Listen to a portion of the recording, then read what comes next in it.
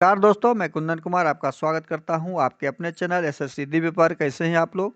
आशा करते हैं स्वस्थ होंगे, अच्छे होंगे और अपने एग्जाम की तैयारी में लगे हुए होंगे।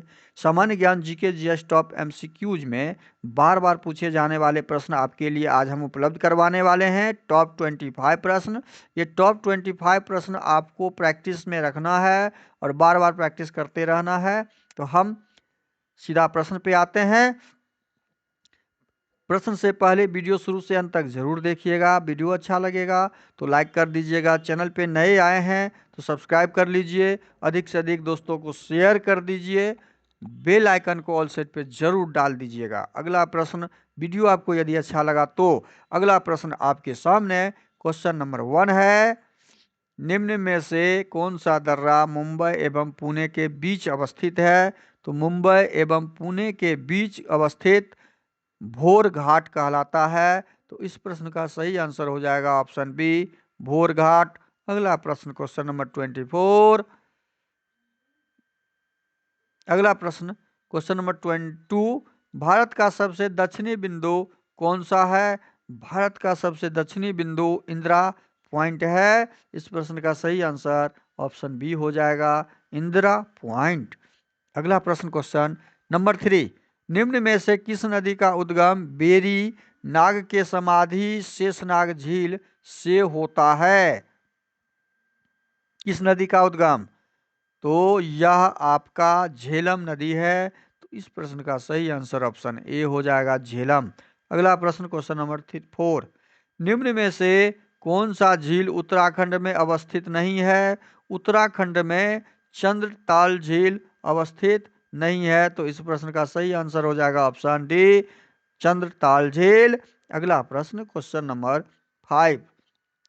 पृथ्वी पर सबसे ज्यादा कौन सा धातु पाया जाता है? तो पृथ्वी पर सबसे ज्यादा एल्यूमिनियम पाया जाता है। तो इस प्रश्न का सही आंसर ऑप्शन ए हो जाएगा, एल्यूमिनियम। अगला प्रश्न क्वेश्चन नंबर 6। दाब बढ़ने से द्रव का क्वथनांक पर क्या प्रभाव पड़ता है? तो दाब बढ़ने से द्रव का क्वथनांक बढ़ता है। तो इस प्रश्न का सही आंसर ऑप्शन ए, बढ़ेगा होगा। अगला प्रश्न क्वेश्चन नंबर 7। इलेक्ट्रॉन की तरंग प्रकृति की खोज किसने की? इलेक्ट्रॉन की तरंग की प्रकृति की खोज किस वैज्ञानिक ने की थी? तो यह किया था डी ब्रोगली। किसने किया था? डी ब्रोगली ने। तो इस प्रश्न का सही आंसर हो जाएगा ऑप्शन सी, डी ब्रोगली। अगला प्रश्न क्वेश्चन नंबर 8। आवर्त सारणी के अष्टक नियम का सिद्धांत किसने दिया? आवर्त सारणी के अष्टक नियम का सिद्धांत किसने दिया? तो यह दिया था, आवर्त सारणी का अष्टक नियम का सिद्धांत न्यूलैंड्स ने दिया था। किसने दिया था? न्यूलैंड्स। तो इस प्रश्न का सही आंसर हो जाएगा ऑप्शन डी, न्यूलैंड्स। अगला प्रश्न क्वेश्चन नंबर 9। Question number 9। कोशिका के केंद्रक की खोज किसने किया था? कोशिका के केंद्रक की खोज, कोशिका में केंद्रक होता है, इसकी खोज रॉबर्ट ब्राउन ने किया था। तो इस प्रश्न का सही आंसर हो जाएगा ऑप्शन बी, रॉबर्ट ब्राउन। अगला प्रश्न क्वेश्चन नंबर 10। पादप जगत के किस वर्ग को वनस्पति जगत का उभयचर कहा जाता है? पादप जगत के किस वर्ग को वनस्पति जगत का उभयचर कहा जाता है?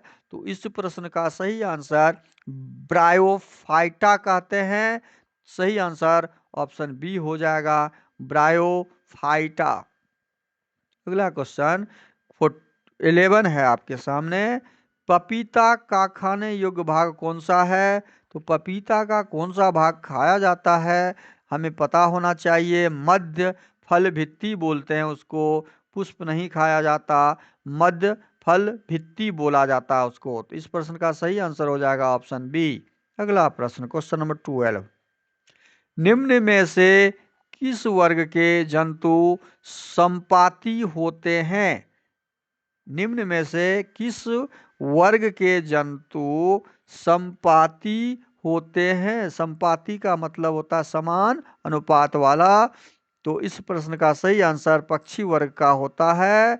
पक्षी वर्ग के जंतु। तो इस प्रश्न का सही आंसर ऑप्शन डी हो जाएगा। अगला प्रश्न क्वेश्चन नंबर 13, निम्न में से किस एंजाइम का स्रावन अग्राशय से नहीं होता है?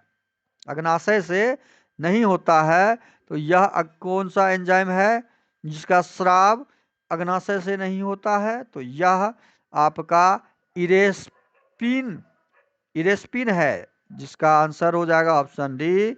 ऑप्शन डी इसका सही आंसर है, इरेप्सिन।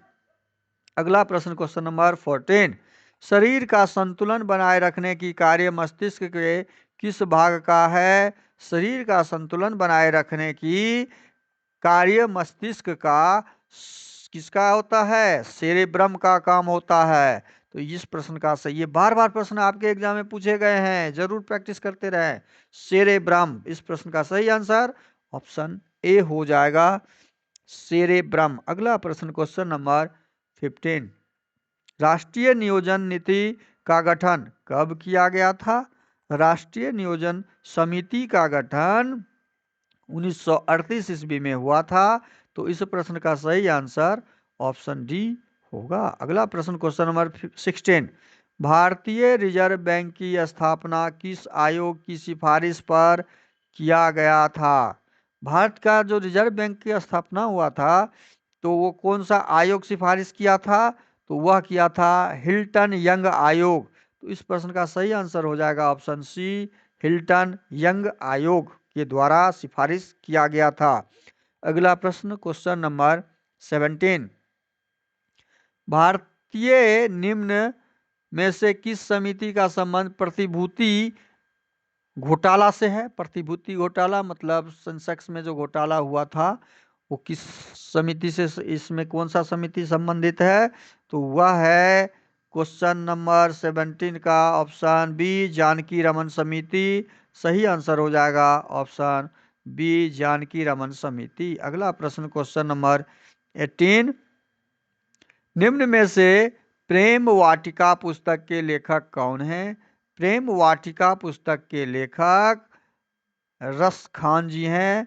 तो इस प्रश्न का सही आंसर ऑप्शन सी हो जाएगा, रस खान। अगला प्रश्न क्वेश्चन नंबर 19, अंतर्राष्ट्रीय परमाणु ऊर्जा एजेंसी का मुख्यालय कहाँ पर है? अंतर्राष्ट्रीय परमाणु ऊर्जा के एजेंसी का मुख्यालय आपका वियना में है। कहाँ पर है? वियना।